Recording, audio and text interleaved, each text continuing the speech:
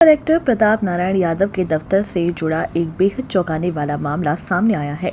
Collector ने खुद खुलासा किया है कि उनके कार्यालय के टेलीफोन में रिसीवर लगाकर गोपनीय बातचीत लीक की जा रही थी। मामले का खुलासा तब हुआ जब कलेक्टर अधिकारियों के साथ आकस्मिक निरीक्षण की योजना बना रहे थे, लेकिन उससे पहले ही संबंधित लोगों तक जानकारी पहुंच गई।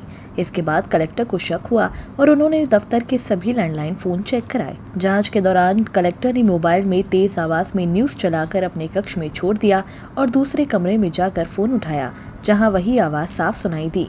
इसके बाद तत्काल कार्रवाई करते हुए सहायक ग्रेड 3 सचिन खरे को निलंबित कर दिया गया। वहीं अजय कुमार असाटी और जयदेव अहिरवार को उनके मूल विभाग भेज दिया गया। दोनों संदिग्ध टेलीफोन सील कर दिए गए हैं और मामले की जांच संबंधित एजेंसी को सौंपी जा रही है।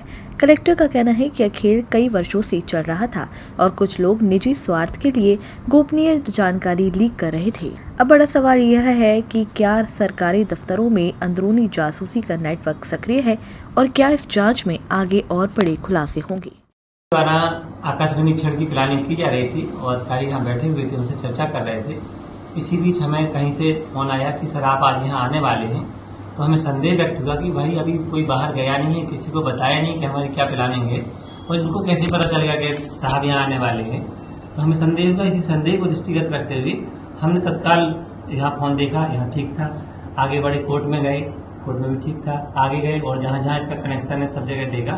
फिर पीए कक्ष में गए और हम उस मोबाइल को यहाँ पे न्यूज चला करके तेज आवाज में करके गए ताकि कि पता चले कि इसकी आवाज आखिर आ कहाँ रही है। जब वहाँ हमने फोन उठाया, वहाँ देखा तो पूरी जो यहाँ न्यूज चल रही थी, फोन यहाँ बंद था, कोई यूज नहीं हो रहा था, इसके बावजूद भी पूरी आवाज वहाँ क्लियर सुनाई दे रही थी। तब हमने तत्काल जो उस सीट पे बैठते थे उनको